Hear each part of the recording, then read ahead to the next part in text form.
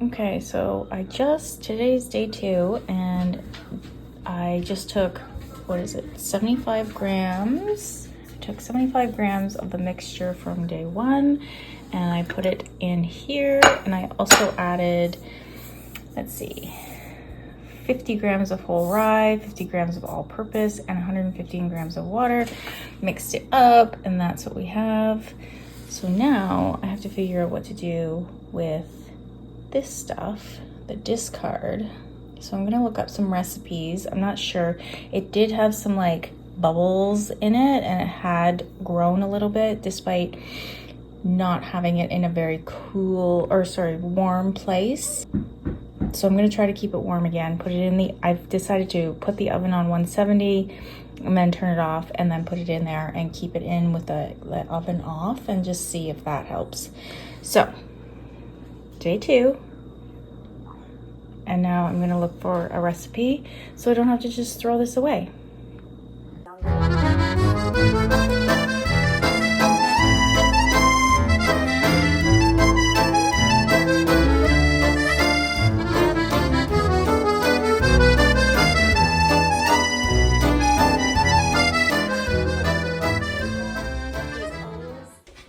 Okay, so this is day 3, and last night it was up to about here. It had risen quite a bit because I had it in the warm oven after I baked some biscuits and other things. I would just let it cool down quite a bit and then put it in and close the door. So it actually rose up quite a bit. But now that it was in the cool oven, it's fallen. And this is what she looks like. I don't know if that's a good thing or a bad thing. So we'll just keep trucking along and see what happens.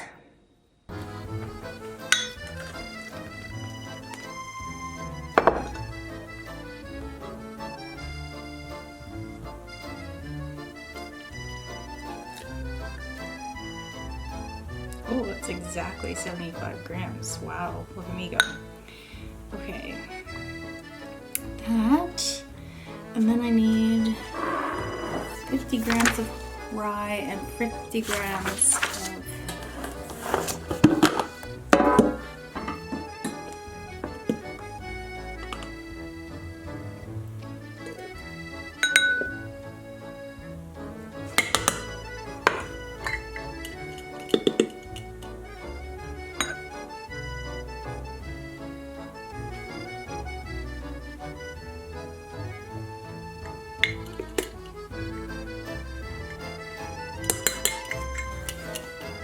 and 15 grams of water.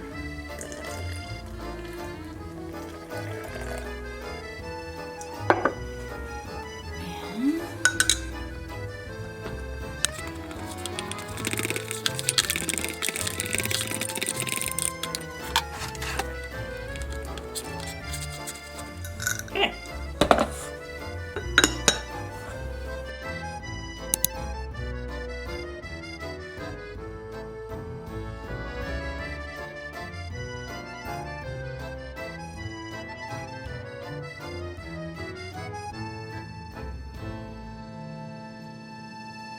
You guys can run more.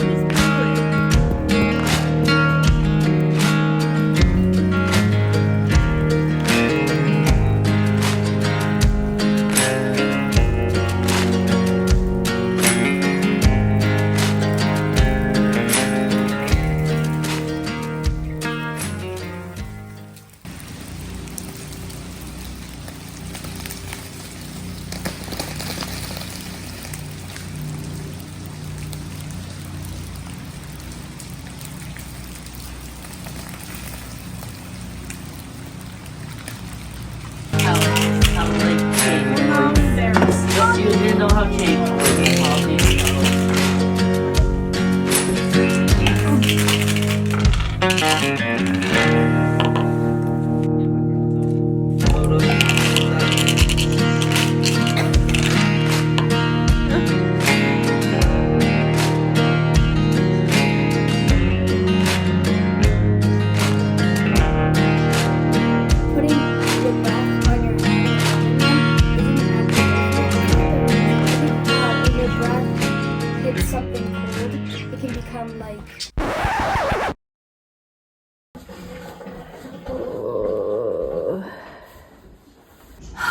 Okay guys, so I successfully killed my sourdough, but it wasn't my fault. On Sunday, as I was feeding my sourdough, the power went out, and then we were out of power until last night around 7 o'clock. So it was really cold in the house. There was no surviving. We lost everything in our fridge. It was not super fun. We lost all the food in our fridge except for I managed to put some snow in the cooler and saved what I could, some of the hardier things, but we lost a lot of dairy and all of that. But luckily our freezer is okay. So anyway, I'm not convinced that this was actually a super successful sourdough starter anyway, because I found out after that you're not supposed to use bleached flour, and I was using bleached flour. It's not something that I really think about. Usually I thought I had unbleached flour, but apparently I don't think I did. And the bag, I already threw the bag out, so I can't check. But now that we have our power back, I'm going to try to start again, round 3. So I got Mike to get me some unbleached flour, and I have some rye left over, so I'm just gonna restart it. I'm sick again, so I love that for me. Oh, one thing I did do, can you bring me my scarf? One good thing that came out of having no power for 4 days was that I actually finished my scarf that I started before Christmas. So that, I love that. It's quite long, half gold, like mustard and blue, and then half black and white. And then at the end, I added a little pink and mustard just for funsies. And then I went back and added a little pink to this to tie it in, just like a very plain stitch. But I like the blackberry stitch. It was quite easy and kind of mindless to do. So that was what I did while the power was out. And the power was out, but we also had no cell service. It was like 2 separate things that happened at the exact same time. So we had no cell service. So I couldn't even use my phone even to text or anything. Like I had to stand outside and like shoot it up to like the satellite. I had to like point it at a satellite to be able to send a text. I do not recommend. It was not a fun time. So anyway, I love this for me, that I got this done. I really like it. And I like that it's like 2-tone. I think that's super fun. Oh, get rid of the tea towel. But anyway, and it goes down to past my knee on this side and then just to my knee on this side, which is I think the perfect length. So anyway, I'm really happy about that. But yes, the dryer's on because I'm catching up on all of the laundry and vacuuming and like just reorganizing because the house just was trashed while we were living the dream with no power. It was very cold. It got down to like -10 one night and the house was like sitting at 13 degrees. And I was starting to think that we might freeze to death. Even though 13 degrees is not that cold, it feels really cold. And that was also the warmest part of our house. But anyway, I've been reclaiming the house all morning, like vacuuming, laundry, throwing all the stuff away, Mike actually did the dishes for me last night, which was super nice. It felt so good. We did the biggest happy dance when the power came back on, and then I took a hot shower, which felt so good, and then we watched some trash TV, which was great. And yeah, so today I think I'm gonna try to restart this, and then it's actually 13 degrees out now today, and the sun is coming out. It was kind of gloomy this morning, but now the sun's coming out. So I'm kind of thinking I would like to try to get the chicken coop put together, but I'm not sure because I want to get it all done. If I start, I want to finish so that it's like weatherproof and stuff, rather than getting it half done and then having it rain or something. So anyway, I'm gonna start this sourdough starter and then maybe see if we do the chicken coop. And I might not film a super big amount on the chicken coop because I'm tired and sick and I just want to kind of get it done, but we'll see. I'll share maybe parts of it. Okay, let's restart this.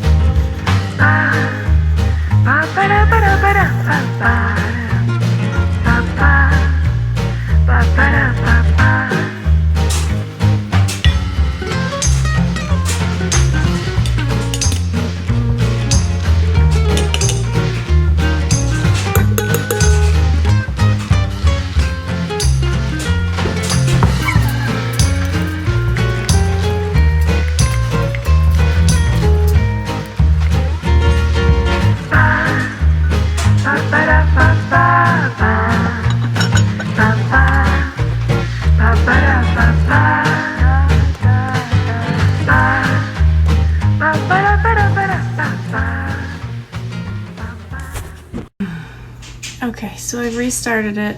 So I'm in my bedroom just because it's quieter here. The kids are home from school. They've been home from school all week because school was closed. And then they reopened the schools in our area.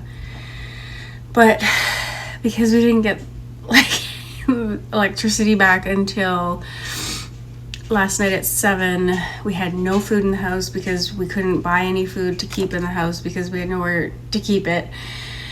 And it's just been a lot. And also we had no laundry because Sunday is laundry day, so we had no clean clothes to wear. We had nothing to give them for lunch. We had we ended up keeping them home because it was actually a really exhausting 4 days. And it was really weird because Mike was still going into the office where there was like flushing toilets and heat, and we were just huddled up in the house with nothing to do, and it was awful. So he would go out in the morning and get us breakfast and a coffee, and then he would we had just non-perishable stuff like cereal and snacks at home throughout the day, and peanut butter and crackers, and then at night he would come home and pick up supper on his way home, or he and I would go into the grocery store and get some. But it was really bizarre because we were just this one little corner. Our whole town was restored except for our one little corner of our block.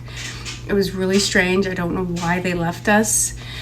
That's the longest I've ever gone without power. And we went to PEI during Hurricane Dorian, and I think we were out of power 3 days that time. And that was a lot, but it was also summer. We could barbecue, we had campfires, we could drive around, and most of the power was restored, so we could go and charge our phones at places like restaurants were open, everything was open. But this was brutal because it was so cold outside. It felt like minus 16 on, I think, Tuesday night, and our house went down to 13. And I was starting to get worried about our budgies getting too cold, and it was just really just settling in and taking hold, and it was exhausting. Smitty. Mother. So anyway, it was a lot. So the kids are home today.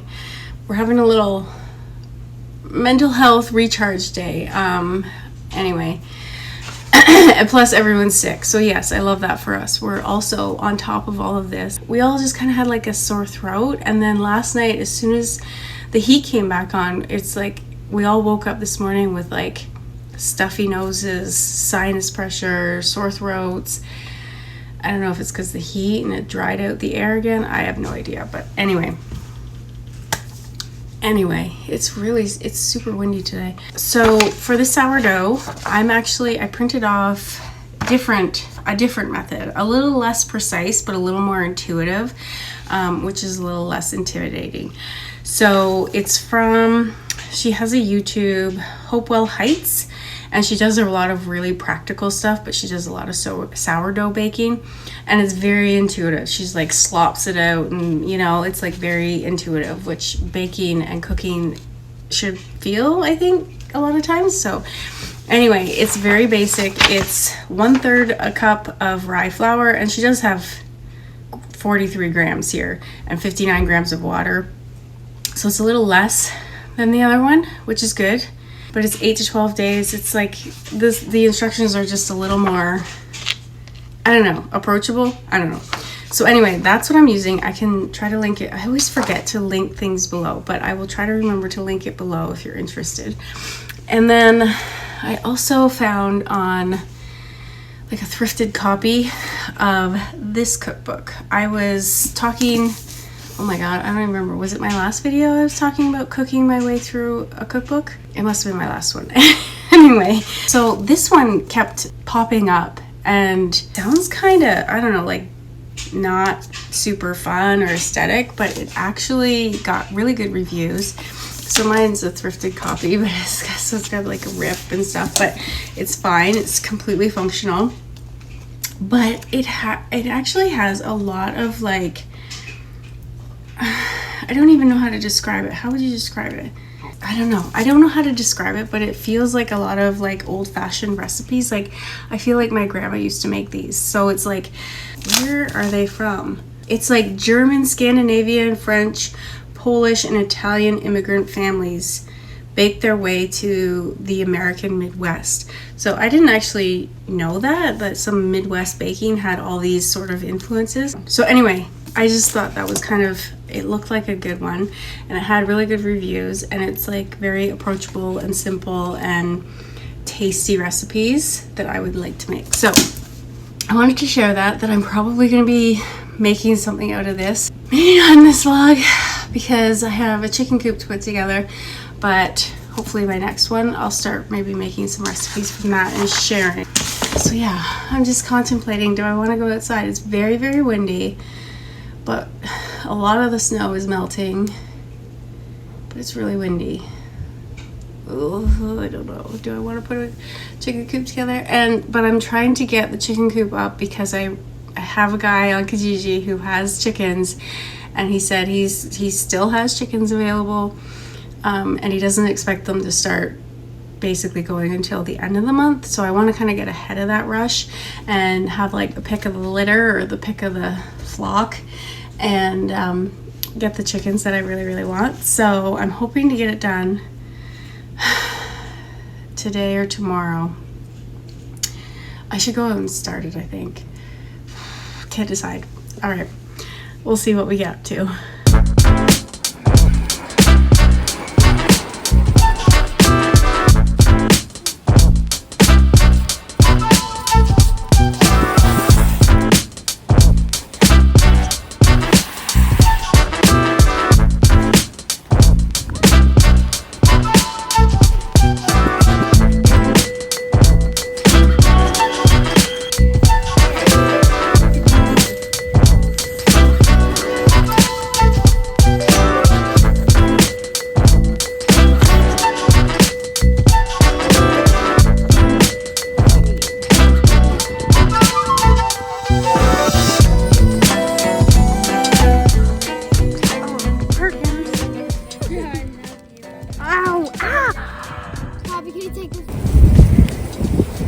Smitty,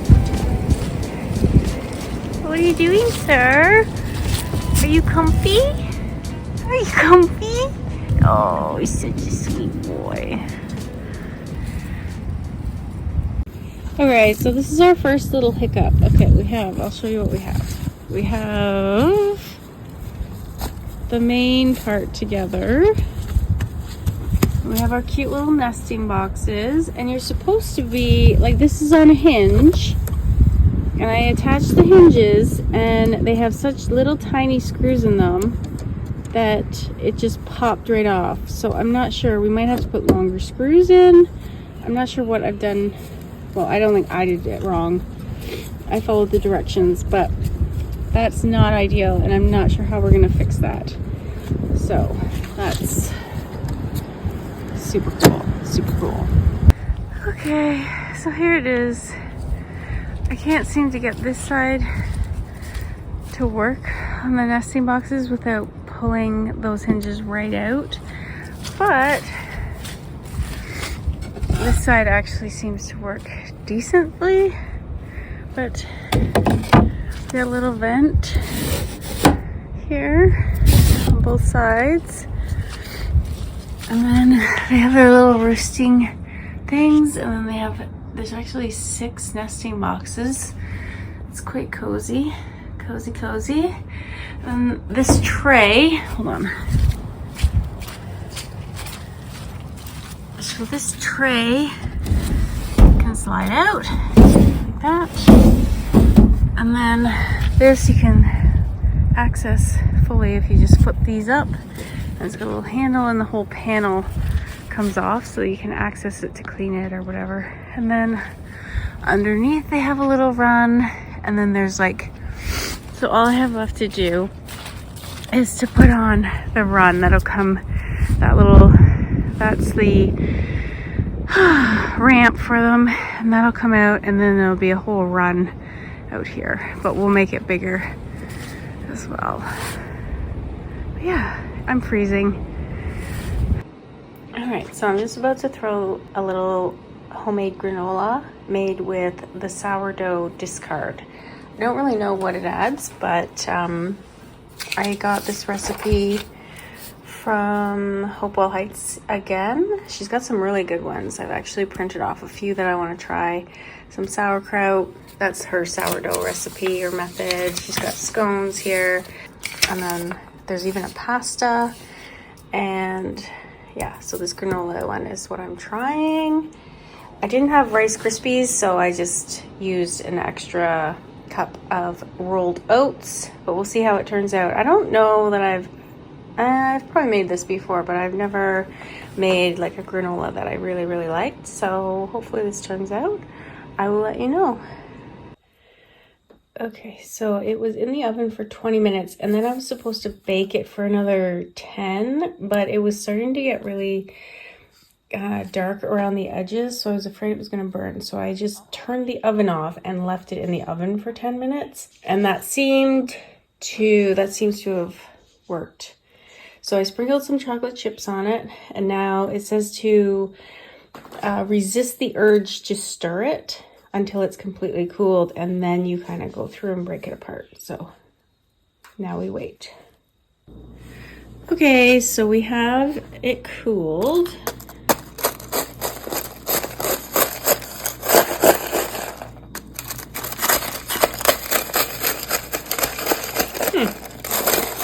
It looks tasty. It smells really good.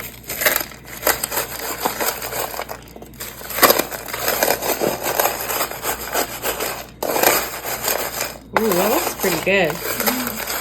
Oh, that looks tasty. Okay, try some. Take a chunk. Is it good? Yeah. Kind of tastes like a little bit like bananas.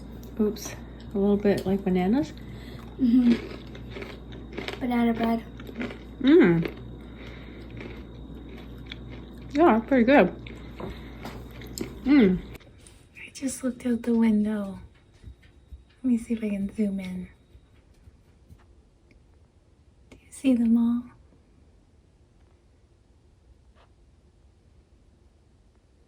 Just chilling.